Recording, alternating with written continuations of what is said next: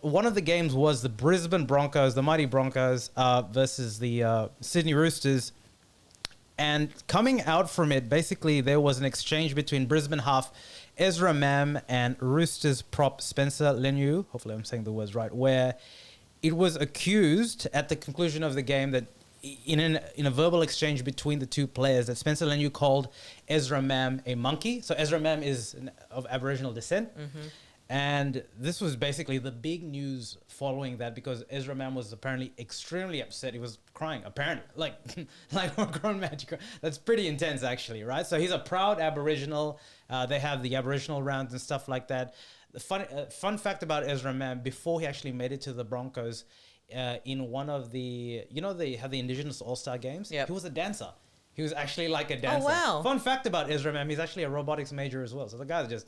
Wow. He's just all rounded. Fun fact about Ezra Mam, he's a multimillionaire now because he signed a really rich contract with Brisbane Broncos. But so everything's popping around this guy. But anyway, Not sponsored, no affiliation with the club whatsoever. I mean, Brisbane, if you do want to sponsor the Here we go. Anyway, so interestingly enough, all right, so there were these claims, right? So at the conclusion of the game, because it's a pretty intense claim, this happened, they interviewed Spencer, right? And Spencer denied saying it. So he denied saying it at the conclusion of the game. A couple of days later, so Spencer basically pleaded guilty. So he came proactively forward, right? So the kickback between this, like in these couple of days between, was insane, right? So what I mean is he denied it. Spencer denied it. The Broncos and that made a big deal about it, as they should. We stick by our boy, Ezra. Official words being shared on all social media. Yeah, and, it was everywhere, right? News, Jonathan Thurston was saying... reporting, and he's of Aboriginal descent too, that and he had his own experience Ezra was as well. Crying. Yeah. I don't know, just when I heard Ezra was crying, it's just a weird optic to think of a guy actually cry like that, right? Like, yeah. You could never really know how it feels until I think it happens to you. Yeah. That's probably the main thing, right? Where we've heard, this is not a news story. We've heard iterations of this throughout like the last eons of years, Adam Goods, right? Where there are sportsmen being subjected to such horrible words of hate to a degree, whether people say it or not. The fact that the intention is to put them down to a degree. Yeah. This one's pretty interesting on a couple of different fronts, right? But like just to walk through the timeline. So this happened, Spencer denied it. And in the days between that, the debate on social media was insane, right? Insane. It's pretty rough. I did see some of the comments. Insane, right? Now we'll go through the two major narratives, right? So it got insane to the point where Spencer had to block all of his Facebook comments from commenting because people were going after his family. Yeah, right. That's. Yeah. So look, this guy denies it. He said, well, when I say he denies it, he says it's all fun and games. So it's not like he denied it, but he didn't say that. It wasn't my intent. And then he comes and then he pleads guilty, meaning that he did not wait until the footage, because apparently it was very hard to find verbal footage on it. He's come out because I think the kickback on social media is so bad. One thing to come at a person, which is still going to suck, by the way. Yeah. But start coming at the family, it's hard, right? If he has kids, threats, a wife, that's what's going to happen. It's really real. So that's how bad this got, and this was probably what prompted him to proactively do it. So the other major thing is... And you actually would generally hope, I guess, integrity of oneself will prevail, right? Well... Yeah, you'd hope, right? The other thing about this is Spencer, feels so bad about this. He said it wasn't his intention. I don't know what else your intention is, but we can actually go down that because I have an opinion on it. But he wanted to meet up with Ezra face to face to apologize in person, and Ezra's like, I don't want that. So wait, question. Yeah. Did he publicly say that before attempting to do it, or? No. Yeah. He's reached out. But did he there's a sequence to this, right? It's ideally what should happen is whichever sequence. You're right. I get what you're saying. But whichever sequence you do it, be it for optics or that. So that's one thing. Yeah, that's him. The fact that Ezra said nah on Ezra's bit, it means that he's not happy with it, and it genuinely shook him, right? So this is interesting. Also needing right? time to You need process time. that, You need time, right? Like All this means if is we're that treating when- this as a normal thing, where Okay. yeah, So here's a couple of things. So one is Ezra is of Aboriginal descent and Spencer is of Samoan descent. So they're both individuals of color, right? And this is quite an important POC distinction, violence, right? This is, violence. yeah, when you say black on black crime, when you laugh about it, it's this is color on color crime, Yeah. right? Yes. And the reason I say this is because if this was a white person saying this to it Aboriginal, would be they'd be the smacked, vitriol right? is right? immense. And not that Spencer is not getting smacked because he clearly has, right? Yeah. Like on social media and everything.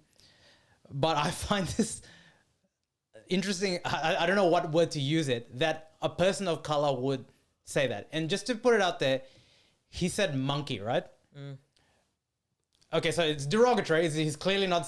By the way, I got called monkey boy too, and like it wasn't that like I was agile. Like it was derogatory, right? Like Wasn't that I was agile? Sorry. you know, no, but what, no, but what I mean is, you're not calling monkey because you're like an amazingly agile player or something. Or nimble, yeah. It's putting down. But there's a Yes. couple of things here. One is, and this is an actual chat, like debate raging. So Anthony Mundine has come out here, right?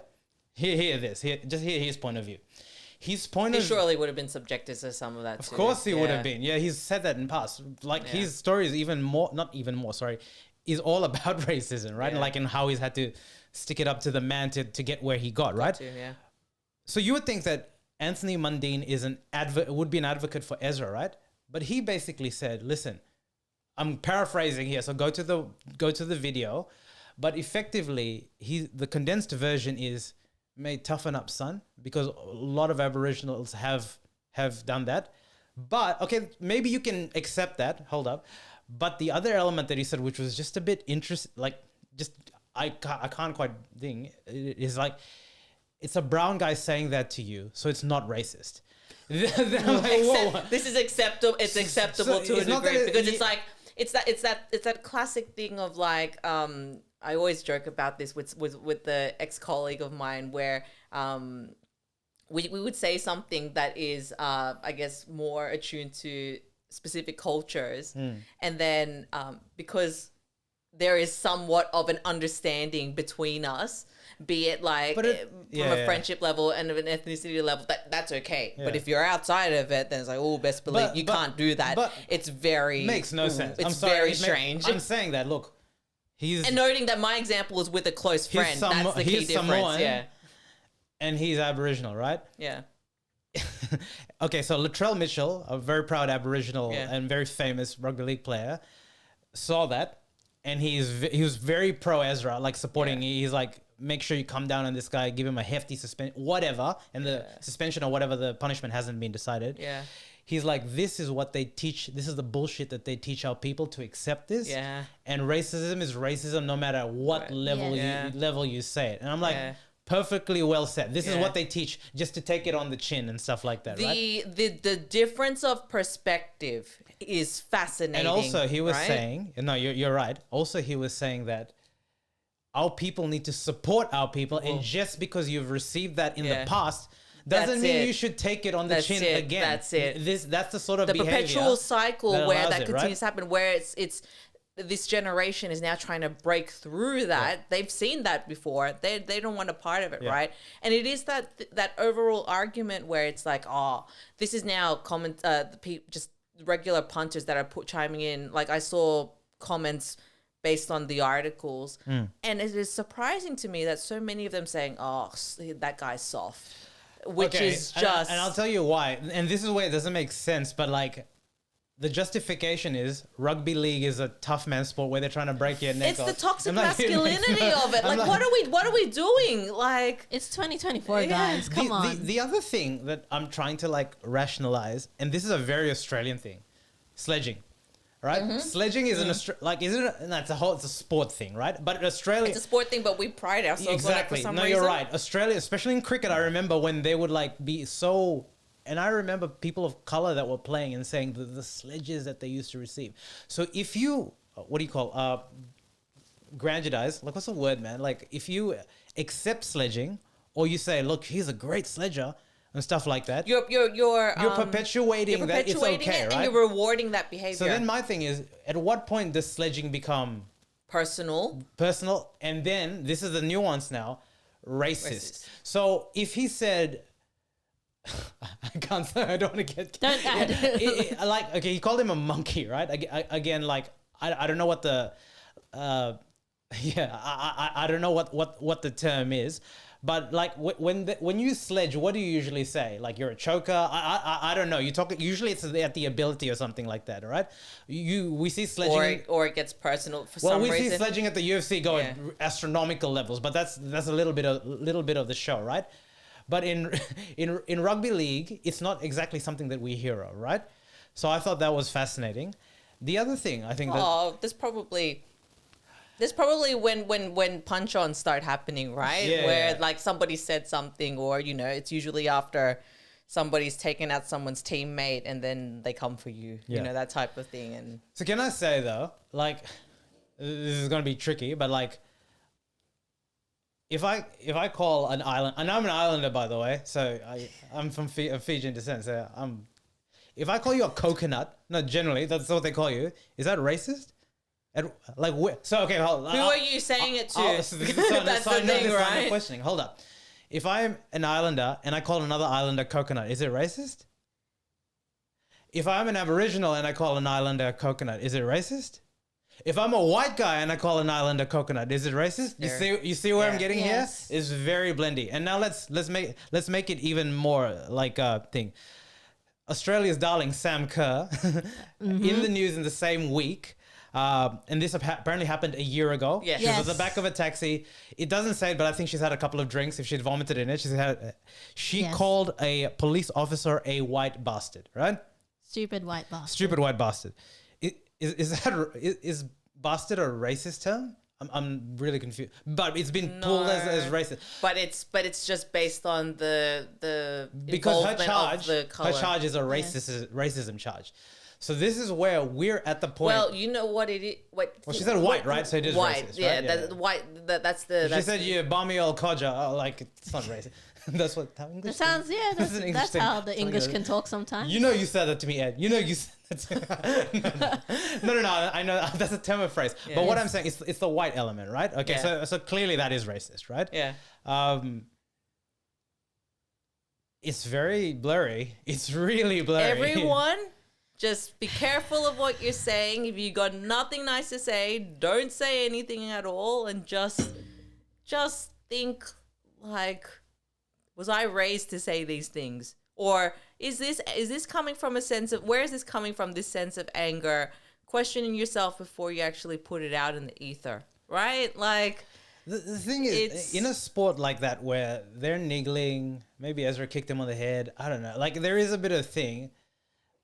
It is hard.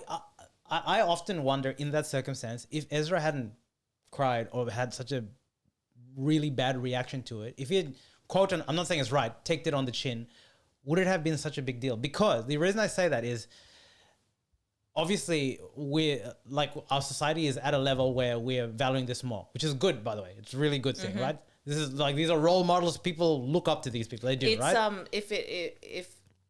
If you have the platform to raise these issues into light, which would benefit, you should do it. You should do it. Also, the NRL has such bad image with all this stuff. Oh, so yeah. The reason I say this though is because if this happened at a workplace, would it be such a big deal? You know what I mean? And I think it gets pretty gray. It depends on a myriad of factors. Yeah.